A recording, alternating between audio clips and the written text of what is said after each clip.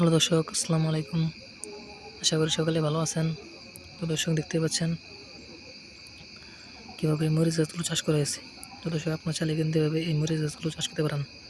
তো দর্শক, এই মরিচ গাছগুলো চাষ করলে কিন্তু আপনারা প্রচুর পরিমাণে লাভ আনতে পারবেন।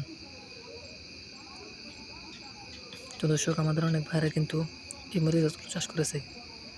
তো দর্শক, তারা কিন্তু এই মরিচ গাছগুলো চাষ করে কিন্তু প্রচুর পরিমাণে লাভ আনিয়েছে।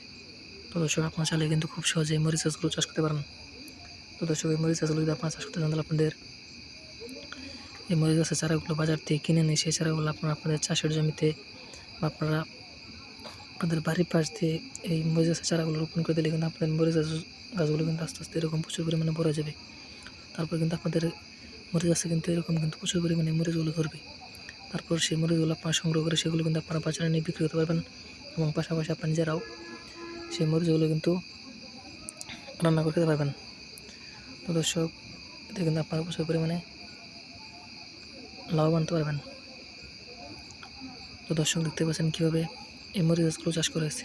তো দর্শক, আপনারা চাইলে কিন্তু এভাবে এই মরিচ গাছগুলো কিন্তু খুব সহজেই কিন্তু আপনারা বাড়ির পাশ দিয়ে কিন্তু চাষ করতে পারেন। তো দর্শক, আমাদের ভিডিওটি যদি আপনার একটু ভালোই থাকে, তাহলে অবশ্যই চ্যানেলটি সাবস্ক্রাইব করে দেবেন এবং ভিডিওতে একটি লাইক করে দেবেন। ধন্যবাদ, সকলে ভালো থাকবেন। আসসালামু আলাইকুম।